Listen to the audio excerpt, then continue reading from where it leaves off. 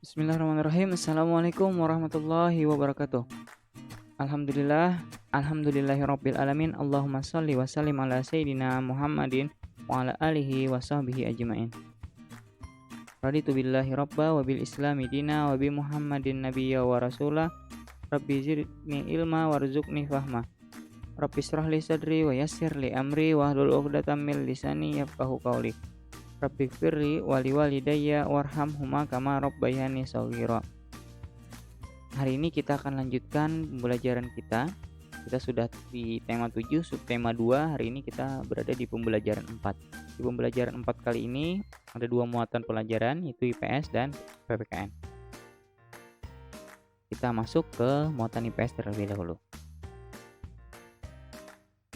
Nah, sekarang perhatikan gambar berikut. Masih ingatkah kalian gambar apa ini? Ya, ini adalah peristiwa proklamasi kemerdekaan. Nah, setelah peristiwa proklamasi kemerdekaan, ada pekerjaan yang sangat penting yang harus dikerjakan. Pekerjaan itu adalah pembentukan Negara Kesatuan Indonesia. Sebagai negara yang baru lahir, Indonesia belum memiliki undang-undang dasar. Undang-undang dasar itu berfungsi untuk mengatur segala aspek kehidupan berbangsa dan bernegara.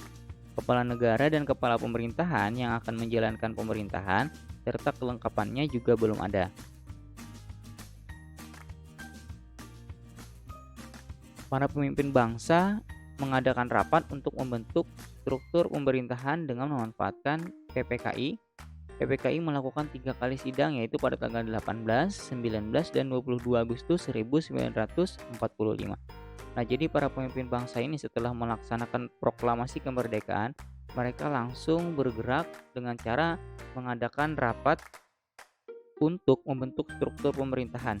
Ini tepat sehari setelah proklamasi kemerdekaan ya, pada tanggal 18 Agustus 1945 itu dimulainya rapat untuk membentuk struktur pemerintahan. Nah, apa saja tugas utama PPKI? Yang pertama, PPKI bertugas untuk meresmikan pembukaan dan batang tubuh Undang-Undang Dasar 1945. Kemudian melanjutkan hasil kerja BPUPKI. Kemudian mempersiapkan segala sesuatu yang berhubungan dengan masalah ketatanegaraan bagi Indonesia. Nah, kemudian apa saja keputusan sidang PPKI tadi? Oke, kita bagi ke perharinya ya. Di tanggal 18 Agustus 1945 itu PPKI menetapkan dan mengesahkan Undang-Undang 1945.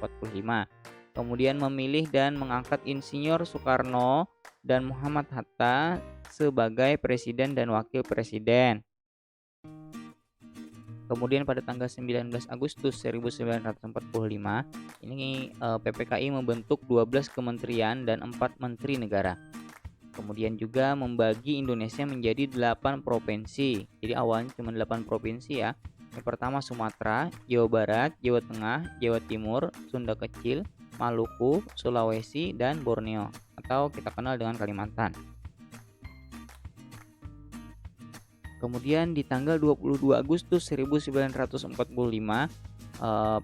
PPKI itu membentuk Komite Nasional Indonesia Pusat atau disingkat KNIP sebagai pembantu presiden sebelum lembaga negara sesuai Undang-Undang 1945 terbentuk secara resmi. Kemudian membentuk alat kelengkapan keamanan negara yaitu BKR atau Badan Keamanan Rakyat. Ini adalah keputusan sidang PPKI. 3 hari melaksanakan sidang, ini adalah hasilnya ya. Nah, berbagai peristiwa dalam usaha pembentukan Negara Kesatuan Republik Indonesia yang merdeka dan berdaulat telah menunjukkan arti penting persatuan dan kesatuan. Bangsa Indonesia itu dibangun di atas keragaman dan perbedaan. Keragaman tersebut terlihat jelas dalam unsur-unsurnya. Nah, jadi apa saja sih berikutnya unsur-unsur keragaman budaya Indonesia? Kita sekarang masuk ke pelajaran PPKN. Unsur-unsur budaya Yang pertama adalah religi atau kepercayaan. Di Indonesia terdapat 6 agama yang diakui, yaitu Islam, Kristen, Katolik, Hindu, Buddha, dan Konghucu. Kemudian keragaman unsur budaya yang berikutnya adalah mata pencaharian.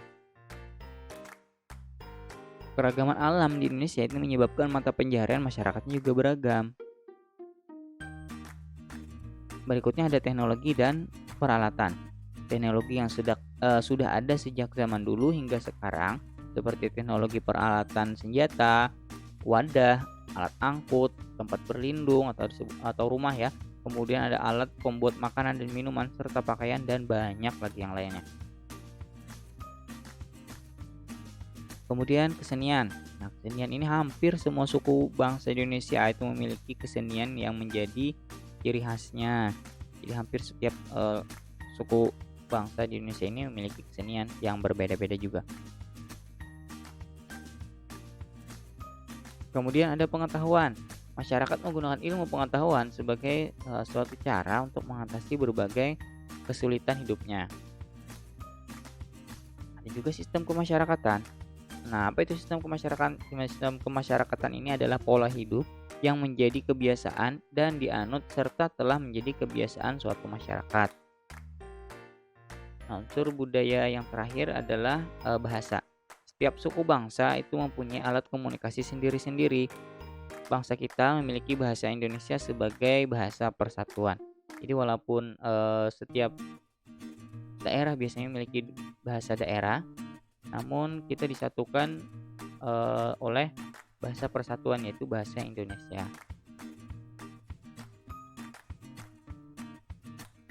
Apa saja kira-kira faktor penyebab keragaman budaya yang ada yang sangat beragam tadi ya? Yang pertama ada faktor biologis, itu keturunan, ras, atau suku. Kemudian ada faktor geografis atau disebut dengan keadaan alam. Kemudian ada faktor historis atau sejarah masa lampau. Nah, yang terakhir adalah faktor keterbukaan terhadap pihak luar. Ini adalah faktor-faktor penyebab keragaman budaya di Indonesia. Oke, mungkin sampai di sini dulu yang bisa Ustadz sampaikan. Semoga apa yang Ustadz sampaikan ini dapat dipahami dan semoga menjadi ilmu yang bermanfaat. Kita akhiri dengan doa. Allahumma arinal haqqa warzuqna ittiba'ahu wa arinal batila batila warzuqna ijtinabah. Rabbana atina fid dunya hasanah wa fil akhirati hasanah wa qina azabannar.